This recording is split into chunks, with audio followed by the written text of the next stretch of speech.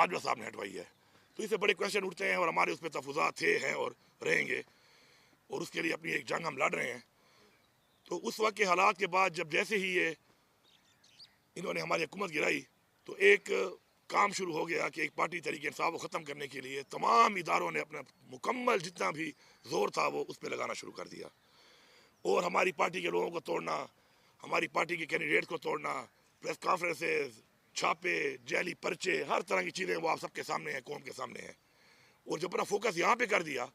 तो जो असल काम था उनका उसे फोकस हटा दिया, और उसका रिजल्ट ये निकला कि दोबारा वो चीज़ें जन्म लेने लगी और दोबारा दहशतगर्दों ने अपनी जड़ें उन एरियाज़ में इस्टेब्लिश कर ली। इसमें दरमियान में एक और चीज़ जो साथ साथ होती रही वो ये थी कि अवाम के दरमियान और इदारों के दरमियान एक गैप आ गया, एतमाद ख़त्म हो गया, और एतमाद ख़त्म होने की वजह से मज़ीद ये चीज़ बढ़ती गई, और इनको पता भी नहीं चल रहा था, क्योंकि जब अवाम आपके साथ ना हो तो आप ऐसी किसी जंग का और ऐसे इलाकों में आप उस चीज़ का मुकाबला नहीं कर सकते। हमारी एक 2200 किलोमीटर की एक तवील एक बॉर्डर है, और ये बॉर्डर किसी ऐसे मुल्क के साथ नहीं है, ये वो मुल्क के साथ हमारी बॉर्डर है कि जिसमें दो सुपर पावर्स ने सिर्फ जंग नहीं लड़ी बल्कि जंगें हारी हैं उन्होंने वहाँ पर। पहली जंग जो रशिया के साथ हुई उसमें तो पाकिस्तान ने भी एक तरह से वो जंग में हिस्सा लिया, बाकायदा जिहाद का ऐलान करके, और मैं समझता हूँ कि वो जंग सिर्फ अफगानिस्तान ने नहीं जीती, पाकिस्तान ने भी साथ मिलकर जीती वो जंग। दूसरी जंग के टाइम हमारी पॉलिसी चेंज थी और जिहाद के बजाय हम अमेरिका की सपोर्ट में आ गए, और उससे ये रिजल्ट निकला कि हालात हमारे कशीदा होना शुरू हो गए अफगानिस्तान के साथ, और जो अब तक वो कशीदी के हालात मज़ीद बदतर होते जा रहे हैं। तो मैं अभी भी ये बात करूँगा कि जो मैंने बार बार कहा, हुकूमत संभालने के बाद कहा, हर मीटिंग में कहा, और तकरीबन 3.5 महीने पहले मेरी इस बात पे आमादगी की इदारों ने और फेडरल गवर्नमेंट ने कि आप TORs बनाएं और अफगानिस्तान के साथ मुज़ाकरात के लिए हम आगे बढ़ेंगे। तो TOR भेजे हुए तकरीबन 3-3.5 महीने हो गए हैं। बार बार मैं रिमाइंडर भी दे रहा हूँ कि मेरे साथ बैठो इस पर, क्योंकि सर मैंने जिरगे भी किए, पहले छोटा मैंने एक जिरगा बनाया, उसके बाद फॉलोड बाय एक बड़ा जिरगा जो हमने हर कौम से बंदे लेके भेजना था, अलॉन्ग विद जो फेडरल गवर्नमेंट ने हमें लोग देने थे अपने। तो हमारा काम मुकम्मल है उस लिहाज से, लेकिन यहाँ से हमें कोई जवाब भी नहीं आ रहा, हमारे साथ बैठ के इस पर बात भी नहीं की जा रही। तो मैं फिर दोबारा ये कहूँगा कि हमें इसके ऊपर संजीदगी से सोचना चाहिए, इसके बगैर कोई हल नहीं है इसका। और आपके सामने जो हालात चल रहे हैं उसका जो रिज़ल्ट आ रहा है दोबारा, वो अभी रिसेंटली जो एक वाक़या हुआ है काटलंग में। अब काटलंग का जो ये इलाका है, जहाँ जहाँ भी बॉर्डर कहीं पे जाके लगती है तो उसके नीचे के इलाके भी उससे ज़ाहिर बात है फिर मुतासर होना शुरू हो जाते हैं अगर आप प्रॉपरली अपनी रीट को बहाल ना करें। आप पूरे साउथ के भी में देख रहे हैं, नीचे के जो ज़िले हैं वो इस वक्त सारे के सारे जो है दहशतगर्दी की साथ में आए हुए हैं। इस तरह जो ऊपर वाला इलाका है इसमें भी 9 महीने पहले हमारे एक SSP जो है एजाज साहब शहीद हुए यहाँ पर, इधर ही दहशतगर्द मौजूद थे और उनसे मुकाबले में वो शहीद हुए। और इसी इलाके में इनके जो एलिमेंट्स हैं ये पाए जाते हैं, और उसके अंदर 2 बड़े मेजर जिन पे बहुत बड़े हेड बनी थे 2 टेररिस्ट यहाँ पे मारे गए। लेकिन अनफॉर्चुनेटली कैपेसिटी की कमी है, और ये फेडरल गवर्नमेंट की जिम्मेवारी है कि उसके अंदर हमारे 10 बेगुनाह शहरी खवातीन, बच्चे और हमारे शहरी जो है उसमें शहीद हो गए, जिस पे हम मजम्मत भी करते हैं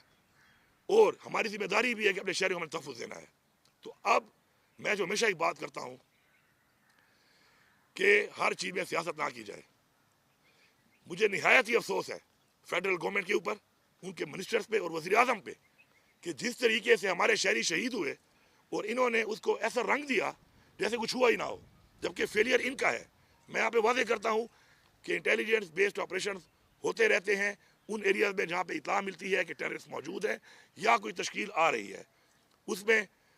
हमारी पुलिस भी होती है, CRD भी काम करती है और आर्मी इदारे लॉ एनफोर्समेंट एजेंसी भी काम करती हैं। इस IBO के अंदर ना हमारी हुकूमत को पता था और ना हमारी पुलिस थी इसके अंदर। ये प्योर ऑपरेशन था और उन इदारों का था कि जो फेडरल गवर्नमेंट के नीचे आते हैं। बजाय अपनी कैपेसिटी बेहतर करने के, बजाय अपनी गलती मानने के, अफसोस करने के, उल्टा उसको एक और रंग देना मेरे ख्याल में आंखें बंद करने वाली बात है, और आंखें बंद करने से ये मसले हल नहीं होते। हमारा ये फ़र्ज़ है कि जो कोलेक्टरल डैमेज पहले भी हुआ है आम शहरियों का, मुख्तलिफ जो मेजर ऑपरेशन हुए, अब ये जो छोटे छोटे इस तरह के जो IBOs हैं जो ऐसे इलाकों में होते हैं, अगर उनमें भी ये काम होगा तो हम उसकी मजम्मत भी करते हैं और हम इसको बर्दाश्त भी नहीं करेंगे। ये एक क्लियर मैसेज है हमारा।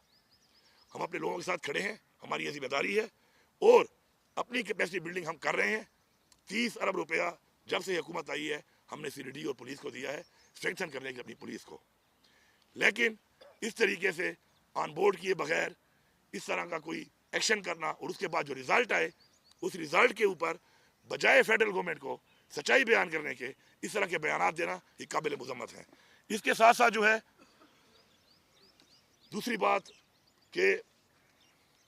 हमारा जो प्रोविंशियल एक्शन प्लान है उस पर हमने काम शुरू किया हुआ है और हमने अपना प्रोविंशियल एक्शन प्लान जो बनाया है वो हमने ये चीज़ें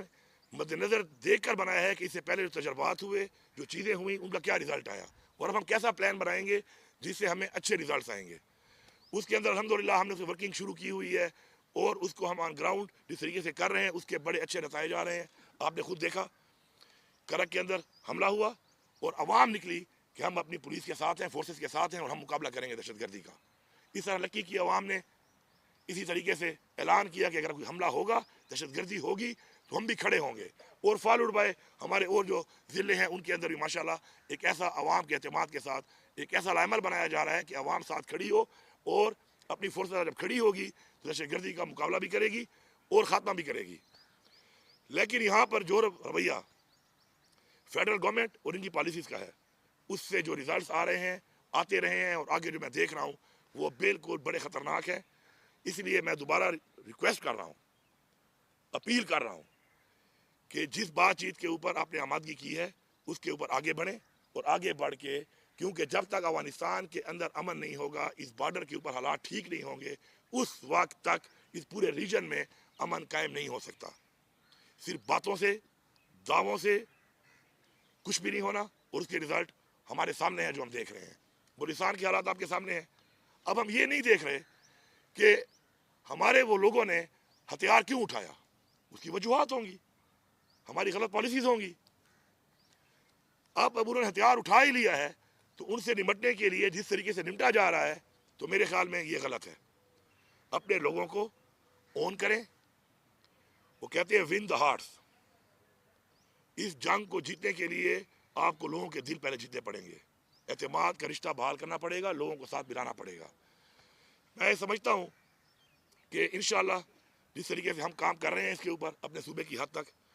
तो हम इंशाल्लाह अपनी जिस तरह पुलिस को एम्पावर कर रहे हैं, स्ट्रेंथन कर रहे हैं, अपने ऑपरेशनल प्लान जो हमने बनाया है उसको हमने इम्प्लीमेंट करना शुरू किया हुआ है, तो हम उसके रिजल्ट तो ले लेंगे। लेकिन जब तक फेडरल लेवल के ऊपर ओवरऑल इस रीजन में हमारी बॉर्डर्स के ऊपर, अफगानिस्तान के ऊपर प्रॉपर कोई बातचीत नहीं होगी तो हमें वो रिजल्ट नहीं आ सकते जो रिजल्ट हम इस हवाले से चाहते हैं। इसके साथ साथ अफगान रेफ्यूजीज़ का जो मामला है उस पर पख्तूनख्वा हुकूमत का बड़ा एक वाज़ेह किस्म का मौक़िफ़ है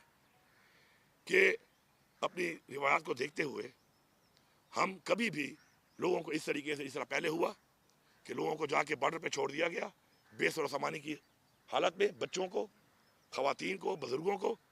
और उसी में पाकिस्तान का इमेज ख़राब हुआ है ह्यूमन राइट्स के हवाले से, वो सबके सामने है।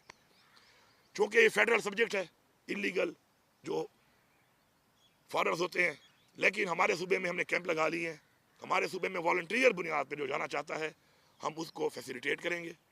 उनको खाना खिलाएंगे, इज़्ज़त देंगे और अपने अखराजात के ऊपर उनको इज़्ज़त से छोड़ के भी आएंगे।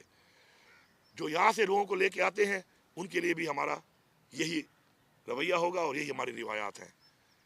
लेकिन सूबे की पुलिस, सूबे की इंतज़ामिया किसी को भी ज़बरदस्ती नहीं निकालेगी वहाँ से, ये क्लियर मैसेज है, किसी को भी नहीं निकालेगी।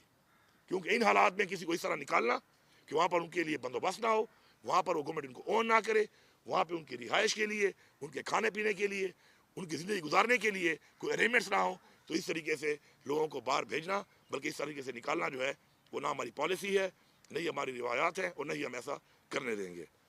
आखिर में मैं सूबे के NFC के हवाले से और कुछ और चीज़ों के हवाले से बात करता हूँ जो कि बेसिकली जड़ हैं कि ये जो हालात बन रहे हैं और हमने जो मर्ज किया एक ऐसे इलाके को जहाँ पे हमने ऑपरेशन किए अपने लोगों पर और उससे कोई रिजल्ट्स भी नहीं आए, तो उसके बाद हम उनको जो वादे किए थे वो वादे हमने पूरे नहीं किए, जिससे और भी गैर एतमादी हुई है। इस वक्त NFC ना देना, 58-57 लाख आबादी आने के बाद उस सूबे को,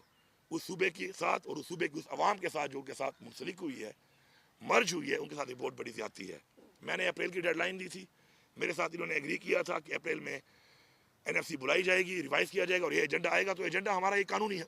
और आईनी हक है इस पर हमें कोई कंटेस्ट करने की ज़रूरत ही नहीं है, क्योंकि हमें आइनी तौर पर ये पैसा मिल रहा है आबादी के लिहाज से, रकबे के लिहाज से जो आइन में लिखा हुआ है। तो अभी सदर साहब को जो है वो कोरोना हुआ है, मुझे पता चला अप्रैल स्टार्ट होते ही। मेरी दुआ है कि वो जल्दी से एहतियात हो जाएँ,